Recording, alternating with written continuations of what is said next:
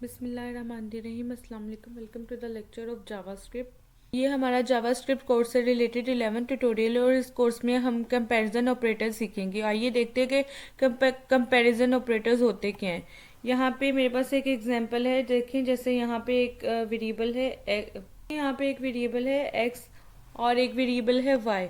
X की variable 15 है और वाई की वेरिएबल 25। अगर आप इन दोनों में कंपैरिजन करना चाहें, क्या एक्स की वैल्यू जो है ग्रेटर है वाई से, अगर वैल्यू ग्रेटर है ट्रू, तो अगर नहीं है तो फिर फॉल्स आएगा। ठीक है, क्योंकि ये फॉल है, 15 जो है 25 से ग्रेटर नहीं है तो फॉल्स आ गया।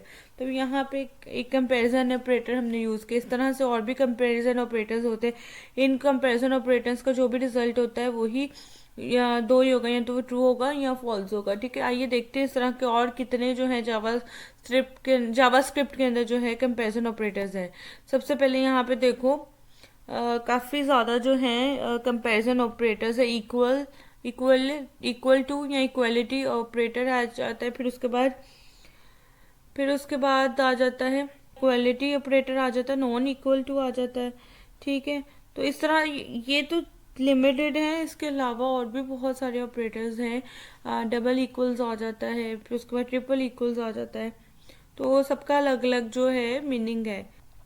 ये सारे जो हैं, उसके बाद आ जाता है ग्रेटर है, उसके बाद नॉट इक्वल है, लेस देन और इक्वल टू है, ग्रेटर देन और इक्वल टू है। उसके बाद less than operator, greater than operator, not greater than operator और नॉट लेस देन ऑपरेटर। ठीक है, ये सारे जो हैं ऑपरेटर्स हैं। अब देखते हैं कि इनको हम यूज़ करेंगे, किस तरह से हम यूज़ कर सकते हैं। यहाँ पे मैंने एक HTML का डॉक्यूमेंट बना लिया और यहाँ पे क्या करेंगे हम लोग, यहाँ पे स्क्रिप्ट में यूज़ करूँगी। स्क्रिप्ट हमें आपको पता है, जैसे हम लोग जावास्क्रिप्ट के लिए हम स्क्रिप्ट यूज़ करते हैं। मैं स्क्रिप्ट यूज़ करूँगी क्योंकि हम जावास्क्रिप्ट पे काम कर रहे हैं। तो फिर मैं यहाँ पे क्या लिखूँगी, वेरिएबल। आपको पता है जैसे कि ये वेरिएबल किस तरह से हम डिक्लेयर करते हैं, मैंने प्रीवियस अपनी वीडियोस में बताया भी हुआ है, अब वहाँ पे देख सकते हो। ठीक है, फिर उसके बाद हम लिखूँगी b=30।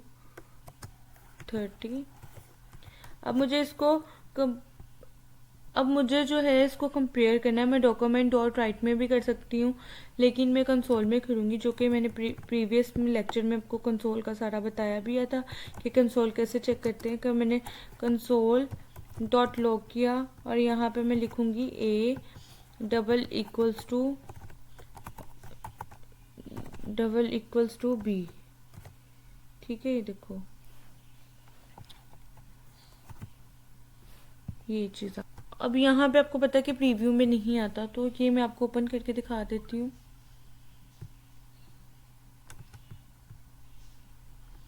ये चेक कर लो।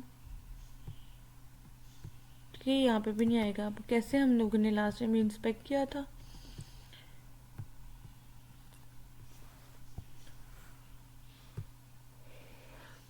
ये देखो इसकी वैल्यू आ गई फॉल्स। ठीक है, यहाँ पे लिखा हुआ आ रहा है। ये कंसोल इस तरह से करते हैं। लास्ट टाइम मैंने इसके ऊपर डिटेल वीडियो भी बनाई है, अब वहाँ से देख सकते हो। अगर मैं यहाँ पे बी की वैल्यू जो है कोट्स में डाल दूँ, तो यहाँ पे देखो, ये देखो। ठीक है, ये देखो। अब इसको सेव कर लेते हैं और वहाँ पे रिफ्रेश करते हैं। आई थिंक इसमें ठीक है। अब देखो तब भी यही आ रहा है। अब यहाँ पे देखो तब भी ये फॉल्स आ रहा है। अब यहाँ पे डाटा टाइप चेक नहीं हो रही। ठीक है, अब डाटा टाइप अगर हमने चेक करनी हो तो फिर कैसे करते हैं, डाटा टाइप के लिए भी करते हैं, मतलब दोनों की वैल्यू सेव है, मतलब डाटा टाइप सेव नहीं है। तो अब डाटा टाइप जो है स्ट्रिंग की, बी की जो है वो स्ट्रिंग है और ए की जो है नंबर। तो अगर मुझे डाटा टाइप्स देखनी है तो अब देखते हैं, अब ये देखते हैं नेक्स्ट वन, 2=3। ठीक है, ये देखते हैं। अब इसको चेक करते हैं वहां जाके, इसको मैं यहाँ ही ले आती हूँ। ठीक है, देखो अब ट्रू आ गया। ठीक है, अब टू टू कैसे है, अगर टू मतलब टू जो है वो नहीं बराबर, अब यहाँ पे मैं 2 कर दूँ, देखो इस कर दिया तो फिर यहाँ से मैं रिफ्रेश करूँगी तो ये देखो तब भी फॉल्स आ रही है। ठीक है, ये चीज़ देख लेनी है आपने। ठीक है, ये चीज़ें देख लेनी। अगर मैं यहाँ पे डबल इक्वल्स टू डाल दूँ, मतलब ये इसके बराबर जो है बराबर ना हो, डेटा टाइप भी बराबर नहीं होगी, तो फिर ये देखो यहाँ पे आंसर आ जाएगा फॉल्स। ठीक है, ठीक है। अगर 2 की वैल्यू 4 से ग्रेटर है तो यहाँ पे भी लिख देती हूँ, अगर 2 की वैल्यू 4 से ग्रेटर है तो फिर आंसर क्या आना चाहिए, फॉल्स आएगा। ठीक है, तब भी फॉल्स आ गया। 20, तब आंसर देखो आएगा ट्रू। ये देखो हर ऑपरेटर की 2 ही वैल्यूज हो सकती हैं, या तो ट्रू होगा या फॉल्स होगा। ठीक है, आप इस तरह से जो है इक्वल टू के आगे ग्रेडेड के आगे इक्वल लिख दूं तो देख लो तब भी ट्रू आ रहा है। ठीक है, 20 लिख दूं तब क्या आएगा देखते हैं, तब भी ट्रू आ रहा है क्योंकि इसकी वैल्यू है तो इसके इक्वल होगी या बराबर होगी। ठीक है, या ग्रेटर होगी। अब मैं यहाँ पे देखो 20 लिखा हुआ है मैंने, और यहाँ से अगर मैं ख़त्म कर दूँ, रुको, इक्वल टू ख़त्म कर दूँ, ठीक है, अब फॉल्स आएगा। क्यों फॉल्स आया, क्योंकि 20 ग्रेटर देन 20 नहीं है। ठीक है, वो इक्वल हो सकता है। अब ये लेस देन में चेक करते हैं। ठीक है,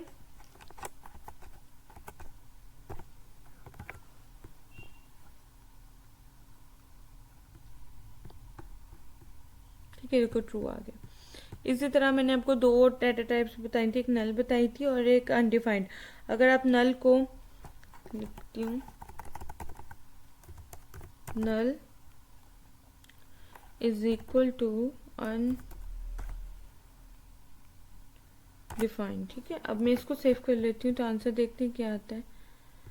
आंसर आया ट्रू। क्यों क्यों ट्रू आया, क्योंकि जो अनडिफाइंड है उसमें भी कोई वैल्यू नहीं है और नल की भी कोई वैल्यू नहीं है। अगर आप इनकी डाटा टाइप चेक करें तो फिर वो फॉल्स हो जाएगी, तो क्योंकि ये दोनों बराबर नहीं है, मतलब अपनी वैल्यू इनकी कोई नहीं है, तो यहाँ पे हो जाती है। ठीक है, मतलब इस तरह से, इसलिए इन दोनों की जो है डाटा टाइप मैच नहीं करते। अब यहाँ पे आप यही सोचोगे इन सबको सीखने का फ़ायदा क्या है कंपैरिजन ऑपरेटर। इनका सीखने का फ़ायदा जो है आपको नेक्स्ट ट्यूटोरियल में पता लगेगा, जहाँ पे हम इफ स्टेटमेंट को देखेंगे। इफ स्टेटमेंट में बहुत ज़्यादा इसको यूज़ करेंगे, तो आपने नेक्स्ट जो है ट्यूटोरियल वो मिस नहीं करना, क्योंकि हम इफ और इफ एल्स वगैरह उसमें सीखेंगे। Thank you.